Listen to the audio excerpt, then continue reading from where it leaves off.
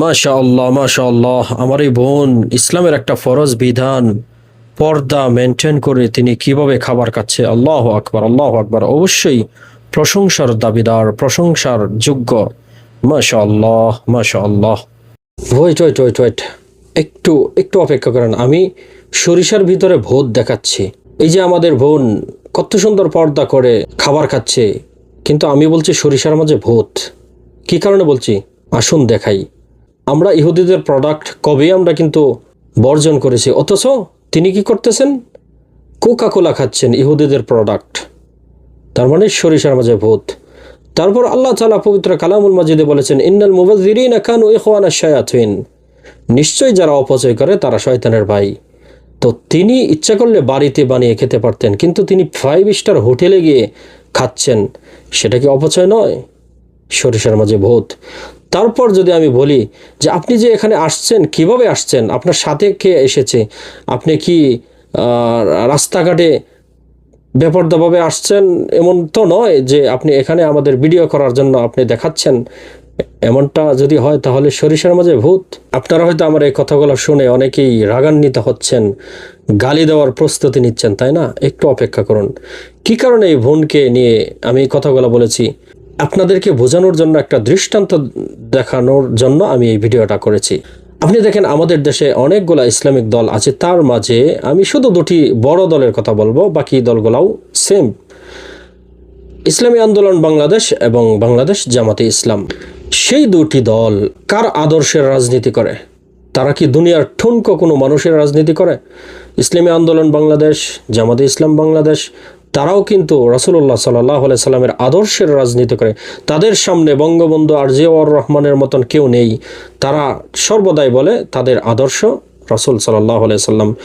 তারপর আপনি যদি দেখেন যে তাদের গঠনতন্ত্রে কি, দুনিয়ার কিচ্ছু নেই।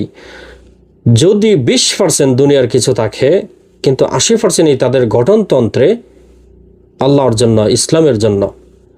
তারপর যদি বলি যে তাদের সাথে কারা আছে, আপনি দুটো দলের সাথে দেখবেন সবচেয়ে বেশি আলেম তাদের সাথে আছে।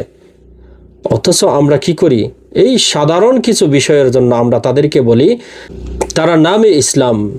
ওই যে আমি বললাম সরিষার মাঝে ভূত দেখাইতে চায়, অনেক মানুষ, অসংখ্য মানুষ তাদেরকে সরিষার মাঝে ভূত দেখাইতে চায় ঠুনকো কিছু বিষয় দেখিয়ে।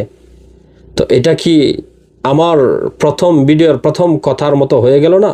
যাদের সাথে আলেম উলামা বেশি, যাদের গঠনতন্ত্রে ইসলামের এই 80%, যাদের রাজনীতিক আদর্শ পুরাটাই রাসূলুল্লাহ সাল্লাল্লাহু আলাইহি সাল্লাম, তিনি দুনিয়ার কোনো ঠুটখা মানুষের জন্য নয়, তাদেরকে আমরা ওই বোনের মতন সাধারণ একটু কোকা কোলা খাওয়ার জন্য, যেমন আমি ক্রিটিসাইজ করতে আপনারা রাগান্বিত হচ্ছেন, কিন্তু অনেক মুসলিমরা তখন রাগান্বিত হয় না যে তাদের তো 80%ই ইসলামিক, বাকি 20% না হয় খারাপ দেখতে পাই। এজন্য কি কারণে আমরা তাদের সাথে থাকবো না? তাদেরকে কেন ক্রিটিসাইজ করব?